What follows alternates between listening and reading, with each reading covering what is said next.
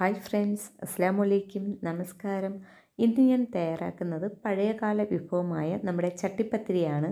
വളരെ ടേസ്റ്റി ആയിട്ട് നമുക്ക് നല്ല സ്പൈസി ആയിട്ടാണ് ഞാനിത് തയ്യാറാക്കുന്നത്.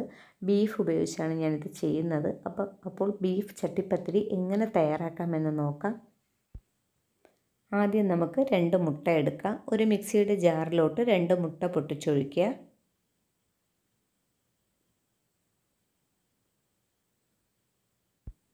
മുട്ട പൊട്ടിച്ചൊഴിച്ചതിന് ശേഷം ഇനി അടുത്തതായി വേണ്ടത് മാവാണ്. മൈദാ മാവാണ് ഞാനിവിടെ എടുത്തിരിക്കുന്നത്.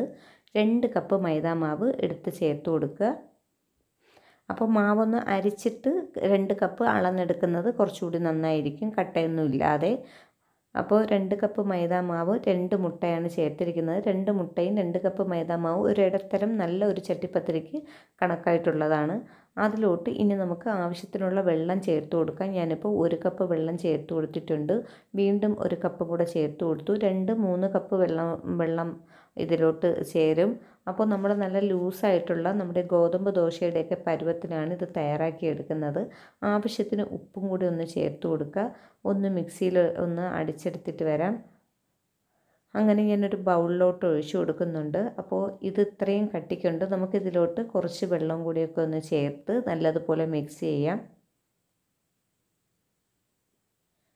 അപ്പോൾ ഇതാണ് പരുവം. ഇത്രയും പരുവം മതിയാകും. ഞാനൊരു ചെറിയ പാൻ അടുപ്പിൽ വെച്ച് കൊടുത്തിട്ടുണ്ട്. അപ്പോൾ അതിലോട്ട് ഇതുപോലെ 1 സ്പൂൺ ഒഴിക്കുക. ഇങ്ങനെ നമ്മൾ കരണ്ടി കൊണ്ട് പരത്താതെ ഇതുപോലെ തയ്യാറാക്കിയെടുക്കുക. അപ്പോഴേ അത് ആവശ്യത്തിനുള്ള കട്ടി അതിൽ കിട്ടുള്ളൂ. തീരെ നൈസാവാനും പാടില്ല. അങ്ങനെ എന്നിട്ട് നമുക്ക് അടപ്പുകൊണ്ട് അടച്ചൊരു 2 മിനിറ്റ് കഴിയുമ്പോൾ ഇതുപോലെ മൊരിഞ്ഞ് കിട്ടും. ഇതിനെ നമ്മൾ മറിച്ചിടേണ്ട ആവശ്യമില്ല. ഇതുപോലെ ചുട്ടെടുക്കണം. ഇത്ര കനവും ഇതിൽ കൂടെ കുറച്ച് കനം കുറഞ്ഞാൽ അത് വേഗം അത് നമുക്ക് എടുക്കാനൊക്കെ അതിൽ പരത്തി വെക്കാനൊക്കെ വലിയ പാടായിരിക്കും. അപ്പോൾ ഇത്ര കട്ടിക്ക് ഒരു കരണ്ടി മാവ് ഒഴിക്കുക. ഇതുപോലെ അങ്ങനെ നമുക്ക് ഈ മാവ് മൊത്തം ചുട്ടെടുക്കണം. അപ്പോൾ ഇതാണ് ഇതിൻ്റെ പരുവം. അപ്പോൾ ഒരേ അളവിന് മാക്സിമം ചുട്ടെടുക്കാൻ നോക്കുക. ഇനി നമുക്ക് അടുത്തത് ഇതിൻ്റെ മസാല തയ്യാറാക്കണം. അതിന് വേണ്ടി ഞാൻ കുറച്ച് ബീഫ് വേവിച്ചെടുത്തിട്ടുണ്ട്. ഇത് കുരുമുളകും, 1/2 ടേബിൾ സ്പൂൺ കുരുമുളക്, 1/2 ടേബിൾ സ്പൂൺ മുളക് പൊടി, കുറച്ച് പെരിഞ്ജീരകം, ഉപ്പ്, ഇത് ഇത്രയും ചേർത്ത് വേവിച്ചെടുത്തതാണ്. ചെറിയ രീതിയിൽ കട്ട് ചെയ്തും വെച്ചിട്ടുണ്ട്. പിന്നെ വേണ്ടത് സവാള, പിന്നെ കുറച്ച് ക്യാപ്സിക്കം എടുത്തിട്ടുണ്ട്, കുറച്ച് ടൊമാറ്റോ, കുറച്ച് മല്ലിയില, കുറച്ച് പച്ചമുളക്, എരിവിനാവശ്യമുള്ളത് ഇത്രയാണ് എടുത്തിരിക്കുന്നത്. ഒരു പാനിലോട്ട് നമുക്കിതിനുള്ള മസാല തയ്യാറാക്കിയെടുക്കാം. ഞാനിവിടെ കുറച്ച് എണ്ണ ഒഴിച്ചു കൊടുത്തിട്ടുണ്ട്. അതിലോട്ട് ഒരു 3 സവാളയാണ് ഞാൻ ചെറിയ രീതിയിൽ കട്ട് ചെയ്തെടുത്തിരിക്കുന്നത്. അത് ഇതിലോട്ട് ചേർത്ത് കൊടുക്കാം. നമുക്ക് അത്രയും മാവിൻ്റെ ആ ഒരു ദോശയുടെ ഇതിൽ മിക്സിങ് ചെയ്ത് ചേർക്കണമെങ്കിൽ നമ്മൾ കുറച്ച് അധികം മസാല ഉണ്ടെങ്കിലേ അതിനുള്ള ടേസ്റ്റ് വരുള്ളൂ. 1 ടേബിൾ സ്പൂൺ ഇഞ്ചി വെളുത്തുള്ളി പേസ്റ്റും കൂടെ ചേർത്ത് ഞാൻ ഇതൊന്ന് ഇളക്കി യോജിപ്പിച്ച് കൊടുക്കുന്നു. അപ്പോൾ ഞാൻ ഒരു അടപ്പ് കൊണ്ട് അടച്ച് ഉള്ളി വേകാൻ വേണ്ടി വെച്ചിട്ടുണ്ടായിരുന്നു. ഇപ്പോൾ ഏതാണ്ടൊന്ന് കുഴഞ്ഞ് വന്നിട്ടുണ്ട്. അപ്പോൾ ഇത് ഇത്രയും തന്നെ മതിയാകും. ഇനി നമുക്ക് ഇതിലോട്ട് ചേർത്ത് കൊടുക്കുന്നത് ബീഫാണ്. അപ്പോൾ ഞാനൊരു 200 ഗ്രാമോളം ബീഫ് എടുത്തിട്ടുണ്ട്. അപ്പോൾ അതത്രയും നമുക്ക് ഇതിലോട്ട് ചേർത്ത് കൊടുക്കാം. തീരെ ചെറിയ പീസുകളാക്കേണ്ട ആവശ്യമില്ല. ഇതുപോലെ വേവിച്ചെടുത്ത ബീഫ് നമ്മുടെ ഉള്ളിയുടെ ഈ മിക്സിലോട്ട് ചേർത്ത് കുറച്ച് സമയം ഒന്ന് ഇളക്കി യോജിപ്പിച്ച് കൊടുക്കുക.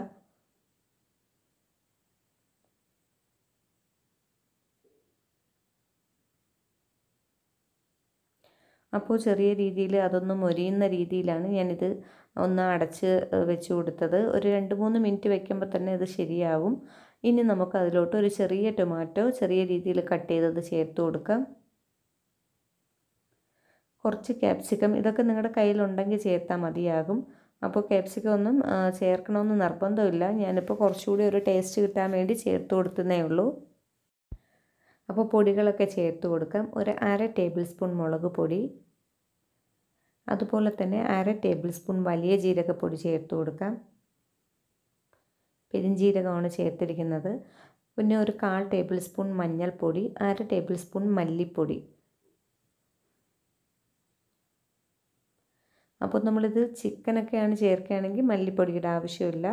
നമ്മളിപ്പോൾ ഇത് പിന്നെ ബീഫ് ആയതുകൊണ്ടാണ് മല്ലിപ്പൊടിയും കൂടെ ചേർത്ത് കൊടുത്തത്. അത് 1/2 ടേബിൾ സ്പൂൺ ചേർത്ത് കൊടുത്തിട്ടുണ്ട്.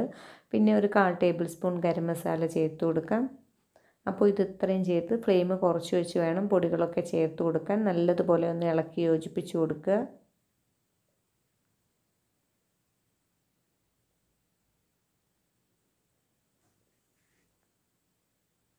കുറച്ച് മല്ലിയിലയും പുതിനയിലയും ചേർത്ത് കൊടുക്കാം.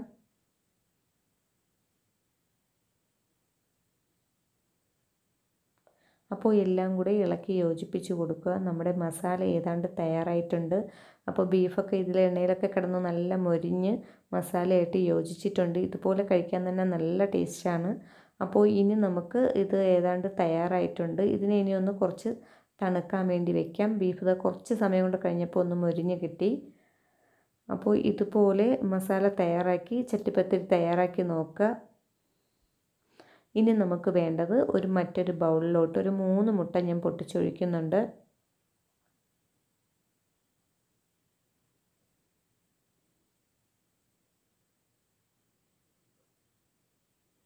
അപ്പോൾ 3 മുട്ടയിലോട്ട് ഒരു 1/4 ടേബിൾ സ്പൂൺ ഗരം മസാല പൊടി ചേർത്ത് കൊടുത്തു.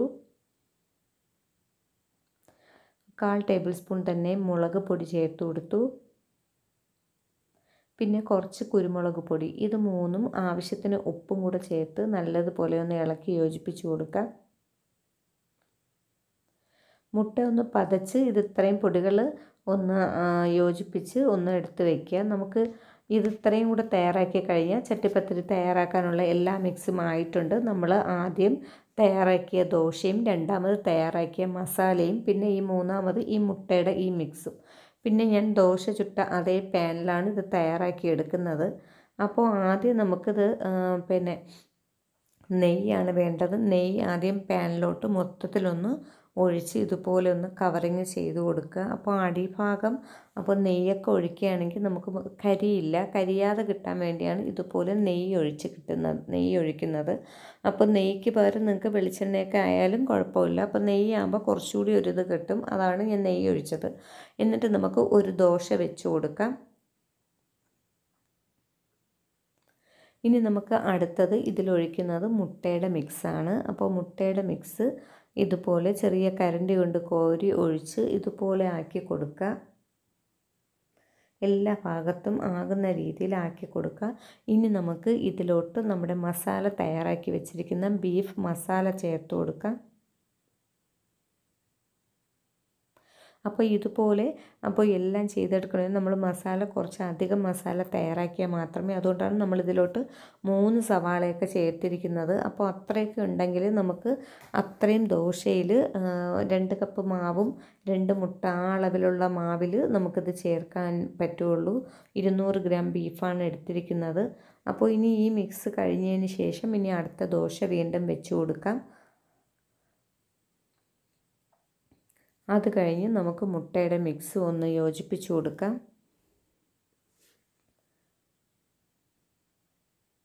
അപ്പോൾ ഇത്രയും ഈ മിക്സിന് നമുക്ക് 3 മുട്ടയുടെ മിക്സ്, അതും കറക്റ്റായിട്ടുള്ള അളവാണ്.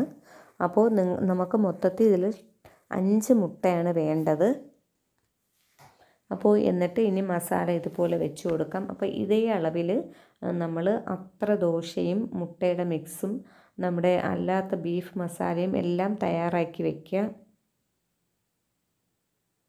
എല്ലാം വെച്ചതിന് ശേഷം മാത്രമേ നമ്മൾ അടുപ്പിൽ ഫ്ലെയിം ഓണാക്കി ഇത് വെച്ച് തയ്യാറാക്കി എടുക്കുകയുള്ളൂ.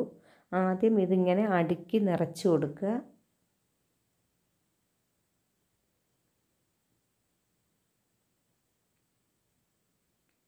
അപ്പോൾ ഒരേ സൈസിലെ ദോശ ഒരേ പാനിൽ ചുട്ടെടുക്കുകയാണെങ്കിൽ നമുക്കത് കറക്റ്റ് അളവിൽ കിട്ടും. അങ്ങനെ ഇപ്പോൾ ഇതുകൊണ്ട് ലാസ്റ്റ് മിക്സും തയ്യാറായിട്ടുണ്ട്. ലാസ്റ്റ് വന്നിട്ടുള്ള മുട്ടയുടെ മിക്സ് ഞാൻ ഇതുപോലെ ഒഴിച്ചു കൊടുത്തിട്ടുണ്ട് ഇതിൻ്റെ മീതെ. എന്നിട്ടിനി അടുപ്പ് ഫ്ലെയിം ഓണാക്കി ഞാനൊരു പാൻ വെച്ച് കൊടുത്തിട്ട് അതിൻ്റെ മീതെ ഈ ചെറിയ പാൻ വെച്ച് കൊടുക്കുക. എന്നിട്ട് അടപ്പ് കൊണ്ട് അടയ്ക്കുക. ഏറ്റവും ലോ ഫ്ലെയിമിലാണ് ഇത് തയ്യാറാക്കി എടുക്കാനുള്ളത്. ഒരു 30 മിനിറ്റ് ഏറ്റവും ലോ ഫ്ലെയിമിൽ വെച്ച് കൊടുക്കുക. അപ്പോൾ ഒരു 30 മിനിറ്റിന് ശേഷം ഞാനൊരു മറ്റൊരു പാനിലോട്ട് ഇത് മറിച്ചിടുകയാണ് ചെയ്യുന്നത്. അതിലോട്ടും കുറച്ച് നെയ്യൊക്കെ ഒന്ന് തേച്ചിട്ട് നമുക്കിത് മറിച്ചിട്ട് കൊടുക്കാം, എന്തായെന്ന് നോക്കാം.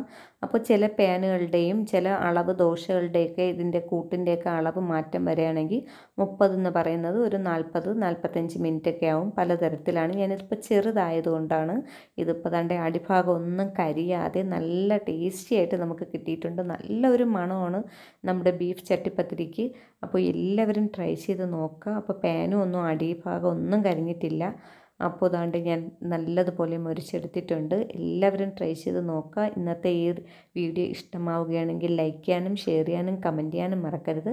സബ്സ്ക്രൈബ് ചെയ്യാത്തവരാരെങ്കിലും ഉണ്ടെങ്കിൽ ഒന്ന് സബ്സ്ക്രൈബ് ചെയ്തേക്കുക. തൊട്ടടുത്തുള്ള ബെല്ലൈക്കനിൽ ഓൾ എന്ന് പറയുന്ന ഓപ്ഷൻ കൂടി ഒന്ന് ഓണാക്കി ഇടുക. പുതിയൊരു വീഡിയോയുമായി വീണ്ടും കാണാം. അപ്പോൾ എല്ലാ ഭാഗത്തും നമ്മുടെ മസാലയൊക്കെ നിറഞ്ഞ് ഞാനിത് ഒരു പീസ് കട്ട് ചെയ്ത് വെച്ചിട്ടുണ്ട്. അപ്പോൾ നല്ല സോഫ്റ്റായിട്ടാണ് ഇരിക്കുന്നത്, നല്ല ടേസ്റ്റ് ഉണ്ട്. അപ്പോൾ ഈ മസാലയും നമ്മുടെ മുട്ടയുടെ മിക്സും എല്ലാം കൂടെ ചേർന്നപ്പോൾ നല്ല ടേസ്റ്റ് ഉണ്ട്. എല്ലാവരും ട്രൈ ചെയ്ത് നോക്കുക.